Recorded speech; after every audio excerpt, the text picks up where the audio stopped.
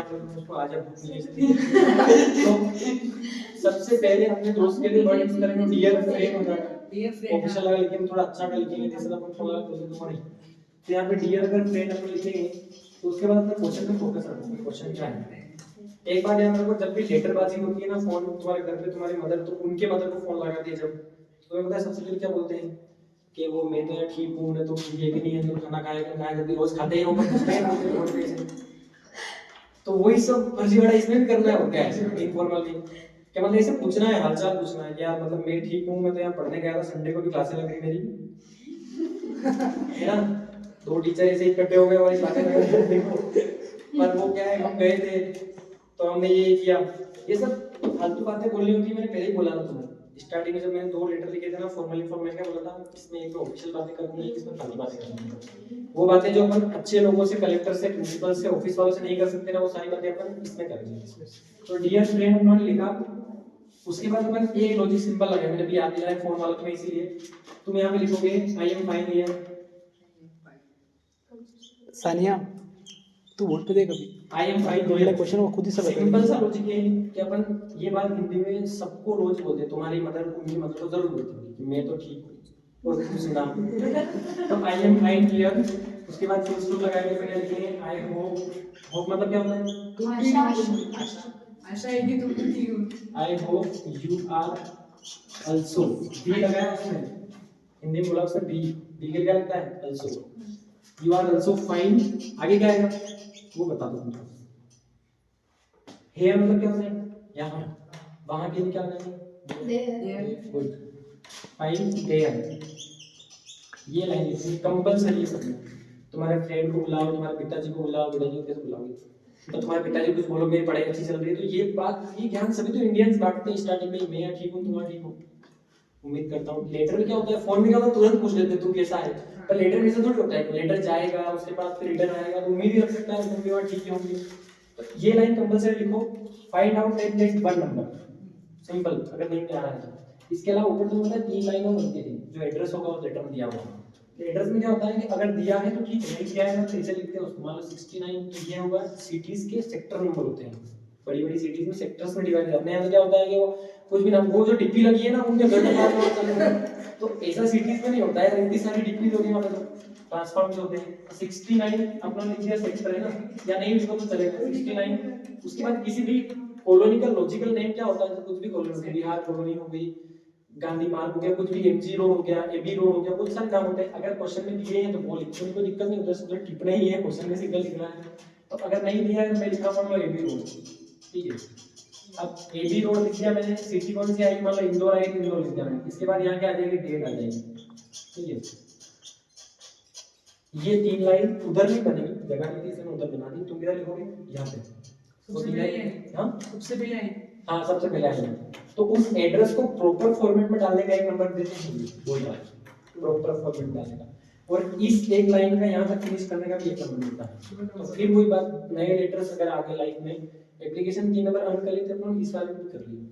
अब तूने जो लेटर बोला उसमें क्या करना था, अपने फ्रेंड को बुलाना है खुद की बर्थडे पार्टी में, तो इसको याद करने में कोई मैटर नहीं है, इसमें तुम्हें इन्फॉर्मेशन तो देनी पड़ेगी तुम्हारा बर्थडे कब है और पार्टी कब रख रहे हो, कितने बजे रख रहे हो, ये इन्फॉर्मेशन देनी होगी किसी बुलाने के लिए। तो तुम लिख सकते हो अपकमिंग वीक, या कुछ भी लिखो, डेट लिखो, कुछ भी लिखो, अपकमिंग डे या नेक्स्ट डे, यस्टरडे, यस्टरडे नहीं, अगर तुम्हारा आएगा यस्टरडे बीता हो जाएगा। तो ये लिखने के बाद में अपन लिखेंगे अपकमिंग, है ना, अपकमिंग, ये वीक सही है, क्यों वाला आएगा डब्ल्यू ई ए के, ये आएगा अपकमिंग माय बर्थडे, ना वो पूरा लिखना, तो वो तो अपना टाइम खर्च हो जाएगा, इसलिए B I R T S D A birthday पूरा लिखना, माय बर्थडे। उसके बाद अपन लिखेंगे सेलिब्रेटेड, 8 आएगा, 8 माय ओवन हाउस होम, कुछ भी लिखो, ओवन मतलब मेरा खुद का, मेरे खुद के घर में मेरी बर्थडे पार्टी रखी, so please come before 1 day, so please तुम एक दिन पहले आ जाना, वी विल एंजॉय टुगेदर। मैं फिर कह रहा हूँ जब अपन ऐसी बात बोलेंगे अपन ये करेंगे, अपन वो करेंगे, क्या लगाएंगे, विल, है ना। अब देखो ऐसा था कि आई और वी के साथ ग्रामेटिकली शेल लगाते हैं, ग्रामेटिकली शेल लगाते हैं, पर ये रूल जो है ना बहुत सालों पहले खत्म हो गया है कि आप स्पोकन इंग्लिश में या लेटर्स वाले इनफॉर्मल लेटर्स में वहां पे लिख सकते हो, अगर इसको क्वेश्चन बनाना होगा तब ये ग्रामेटिकल एरर आएगा इसमें, वो बहुत दूर की बात है, तुम बहुत दूर हो उससे। तो उसमें तुम बोल सकते हो please will you come 1 day before, 2 day before, 3 day before, कुछ भी लिख दो, कौन सा तुमसे पूछना है, कितने दिन मिला तुम्हें, सब कुछ होता है। तो ये लेटर बन गया ऑटोमेटिक पूरा, किसी गाइड की जरूरत नहीं है, किसी फेर की जरूरत नहीं है, लॉजिक लगाने से। और कुछ भी नहीं हो पाएगा, क्वेश्चन समझ में आएगी, अपकमिंग और इतना वीक और हमें याद नहीं आ रहा, यहाँ से कट करो, ये हो गया। लास्ट में तुम लिखोगे यूर लविंग फ्रेंड और नेम दे रखा है उसमें क्वेश्चन में, यू आर करके दे रखा और नेम नहीं दे रखा है तो तुम्हारा नेम लिखो इधर। तो भी तुम्हें अगर फिर वही बात है, ये दो नंबर तो कंपलसरी मिल जाएंगे तुम्हें, लेकिन ये वाला डिपेंड करता है चेक करने वाले ऊपर। ठीक है, ये 3 ऐसे बनते हैं, अगर नहीं बनेंगे ये 2 बनते हैं, जहाँ पे 4 पूरे उड़ रहे थे ना वहाँ पे 2 मिलते हैं। तो ऑल ओवर में 5 नंबर निकाल दिया ना, अगर ऐसे ऐसे इस तरीके से करते जाएंगे तो सारी बात समझ में, तो पूरा क्वेश्चन आउट ऑफ करने की कोई जरूरत नहीं होती है, सिर्फ लॉजिक लगाने हो, क्योंकि पूरा 12th क्लास का, ये 10th और 12th क्लास का सिलेबस जो है ना, ए बी और सी पूरा लॉजिक के ऊपर डिपेंड है, पूरा का पूरा। सिर्फ आपको गिव अप नहीं करना है एग्जाम में कि ये तो नया आ गया तो सबने पता ही नहीं था, सबको जाके बोलूंगा आज तो मैं ज्वाइन करा, उससे कुछ नहीं होना है। तुम जितने मेहनत करो ना 3 घंटों में दिमाग लगा लो कि अगर ये तो नया आई है अब क्या करना है। देखो 2 तरीके लाइफ जीने के, एक तो अगर तुम्हारा पेट टूट जाए ना तो उस पेड़ को लेके बैठे रहो पूरी उम्र कि मेरा तो पेट टूट गया, नहीं तो मैं बिल्वा सिंह का रिकॉर्ड तोड़ देता यार। और एक दूसरा तरीका है कि एक दिन रो लो कि मेरा पेट टूट गया, नहीं तो मैं जो है ना वो एयरपोर्ट ज्वाइन करने वाला था, मैं एयरपोर्ट में ये फ्लाइट कमांडर बन जाती। एक दिन बैठ के रो लो, अगले दिन सुबह उठो, मुंह में पानी मारो और अपने आप से क्वेश्चन करो पेट तो टूट गया अब क्या करना है। वो ज्यादा बेटर है और पेड़ को लेके बैठोगे पूरी उम्र, मेरा तो पेड़ टूट गया यार, ये करोगे तो मच बेटर इंडीड कि जो तुम्हारे साथ हो गया है उसके साथ आगे बढ़ो। उस वाली कंडीशन में अपन क्या क्या कर सकते हैं वो करो। सही है या गलत है, लाइफ में पूरा अप्लाई होता है, ऐसे ही पेपर में भी होता है, कोई सा भी पेपर आ जाए हाँ ये हो गया है अब मैं इसमें क्या कर सकता हूँ, मेरा बेस्ट क्या दे सकता हूँ, वो ज्यादा बेटर है जैसे सिर पकड़ के बैठने से जाए कि सारे नई चीज आ गई। वैसे ऐसा बोर्ड में होता नहीं, पर फिर भी लाइफ में बहुत सारे एग्जाम में काम आएगा। जो तुम चीजें नहीं करते जाओगे ना, हो सकता है अगले एग्जाम में वही इसमें परफेक्ट बन जाओ तुम तो काम आ जाएगी। तो ये लेटर्स का लॉजिक हो गया, दोनों लेटर समझ में आ गए। यस, याद रहे एक बात, इसमें वाले में एड्रेस कंपलसरी है, इनफॉर्मल लेटर में एड्रेस कंपलसरी है, क्योंकि कहां पे जाएगा लेटर उसके ऊपर डिपेंड करता है इसके ऊपर। ठीक है, एक बात फॉर्मल में इसलिए कंपलसरी नहीं होता है क्योंकि उसमें लिखा होता है नीचे principal government high secondary school Dhar, तो उसको सबको बताएगा लेटर आ जाएगा धार गवर्नमेंट स्कूल पर जाएगा, कलेक्टर ऑफिस मंसूर तो कलेक्टर ऑफिस जाएगा, इसलिए कंपलसरी नहीं है। लिखो उसमें तो और अच्छा है, लिखोगे तो चेक करने वाला अच्छा लगेगा, कोई दिक्कत नहीं उसमें, नहीं लिखोगे तो भी चलेगा, बट इसमें नहीं चलेगा। इसमें लाइन की आप लोगों ने रेडी थी, याद है तुम्हें, I am fine here. I hope you are also fine there. या same there. तुम भी वहाँ पे ऐसे ही होंगे। ये लाइन तो सभी को बोलते हैं इंडिया में, सभी कैंडिडेट सभी को बोलते हैं। तो ये वाला हो गया तुम्हारा, ये वाला हो गया, ये हो गया। इसके बाद +4 ये जो है ना एक ही के लिए कंफ्यूजन है थोड़ा सा। 10 वालों के ये 5 नंबर का है। यस, ऐसे रहेगा उसमें। ऐसे में सबसे कंपलसरी चीज है आउटलाइंस। आउटलाइंस लिखनी ही पड़ेगी, कोई भी ये वाली मीनिंग नहीं लिखेगा आउटलाइन की, ये मीनिंग गलत है, क्योंकि तुम एक लाइन नहीं बता रहे उसमें, मैक्सिमम बता रहे हो, क्या करना पड़ेगा, एक लगाना पड़ेगा। ये मैक्सिमम बच्चों ने गलती की पिछले साल में, सीधा 1 नंबर जाएगा 10th क्लास में, सबसे बड़ा पहला बोला यही करेगा और 1 नंबर को जाएगा, फिर बेस लगाने के पीछे। आउटलाइन में 2 कंपलसरी चीजें होती है, कोई सा भी ऐसे आ जाए, इंट्रोडक्शन, कंक्लूजन, दोनों से कंपलसरी। किसी भी चीज को स्टार्ट करना हो, किसी चीज खत्म कर देना, वो क्या है, इंट्रोडक्शन। स्टार्ट करना, खत्म कर देना क्या है, कंक्लूजन।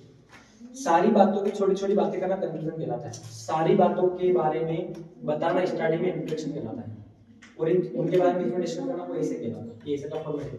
तुम्हारे जो है ना आउटलाइंस हट गई है, सिर्फ पैराग्राफ रह गया। पैराग्राफ और ऐसे में यही फर्क है कि ऐसे में आउटलाइंस होती है, पॉइंट के हिसाब से हम चीजों को डिस्क्राइब करते हैं, तो उसको वर्णन करते हैं, और इसमें सिर्फ पैराग्राफ सीधा लिखते हैं। पॉइंट में डिवाइशन सिर्फ फुल स्टॉप कोमा रहेगा जहां पे लगेगी वहां पे, बाकी ये कंटेंट सेम एग्जैक्टली सेम है, कोई चेंज नहीं है। मतलब ऐसा भी आ सकता है, write a paragraph on control science, तो उसमें इंट्रोडक्शन डाल देते हो, मैं डालो it is the age of science, science है मेरी कंट्रोल साइंस, वही लिखते जाओ उसमें। पैराग्राफ बनाना है मतलब फॉर्मेट चेंज होगा, फॉर्मेशन का ही फर्क है दोनों में, एक में नंबर 4 मिलेगा, एक में 5 मिलेगा। यहाँ पे आके दोनों के तुम्हारे 2 सेक्शन ए और बी दोनों एंड हो जाते हैं, और तुम्हें नंबर कितने कवर कर देगा, 14 नंबर ये और 12 ये कितने हो गए, 26 नंबर। 26 नंबर जो है ना वो 10th और पासिंग मार्क्स है। सिर्फ 2 सेक्शन, और 2 सेक्शन ऐसे जिसमें किताब पढ़ने की जरूरत नहीं है। मेरे को बताओ प्रश्न कौन से क्वेश्चन में किताब पढ़ने की कोई जरूरत नहीं है। तुमने क्या किया, पूरी सारी किताब पढ़ी और वो भी तुम बता नहीं पाए कि मेरे को मैंने आगे वाले सिलेबस पूछा था। अभी हंस रहे हो जैसे अच्छा काम किया हो। डंडा ले जाओ मारो सही। क्या बात है? मारने का काम पहले। मैं तो पढ़ाना काम इसीलिए शुरू किया क्योंकि मेरे को मारने में मजा आता था। मैं कहा चलो पढ़ा तो मारना पड़ेगा। अगला सेक्शन सी है ना तुम्हारा, वो 5+5 5+5 कंपलसरी है, पर सबसे लार्ज स्केल पे आता है, सबसे ज्यादा कंटेंट इससे पूछा जाता है। कंटेंट मतलब ये है कि मल्टीपल चॉइस क्वेश्चन में फिल इन ब्लैंक्स आते हैं इसमें। डू डायरेक्ट और वो फिल कर। हाँ 14 क्वेश्चन टोटल आते हैं, नंबर कितने हैं 10। ये जैसे 7 इसमें आते हैं, 7 उसमें आते हैं। अटेम्प्ट कितने करने हैं 5, समझ आया बात? 7 आते हैं, अटेम्प्ट 5 करने हैं। बहुत अच्छा चांस है क्योंकि दो ही ऐसे होते हैं जो नहीं कर सकते, वही दो छोड़ देते बच्चे सारे। एक तो आर्टिकल आएगा, कंपलसरी जो बात करते हैं कंपलसरी दोनों क्लासेस में आर्टिकल आएगा। तो ये डेढ़ नंबर ग्रामेटिकल के रहेंगे। अब इस ग्रामर वाले में भी तुम्हें ब्लूप्रिंट अगर पढ़ा होता ना तो बहुत काम की चीज थी। 12th की पहले बात करेंगे। 12th में सबसे पहले एक टॉपिक आता है आर्टिकल से ए एम और द। यहाँ पे द और नो आर्टिकल ही रहेगा क्योंकि वो इतना लेवल तक अगली रिपोर्ट पहुंचा नहीं। वो दे दे इतना लेवल वाला और चेक करने वाला को चेक करने नहीं आए तो फिर क्या करें? सरकारी स्कूल की चीजें करते हैं। पहला ही हो जाएगा। सेकंड नंबर पे प्रीपोजिशन पूछा जाएगा। ये सब ब्लूप्रिंट में इंक्लूड है, तुमने पढ़े नहीं सिर्फ ग्रामर भी डिवाइड है। तुम्हें ग्रामर के नाम पे क्या पता है?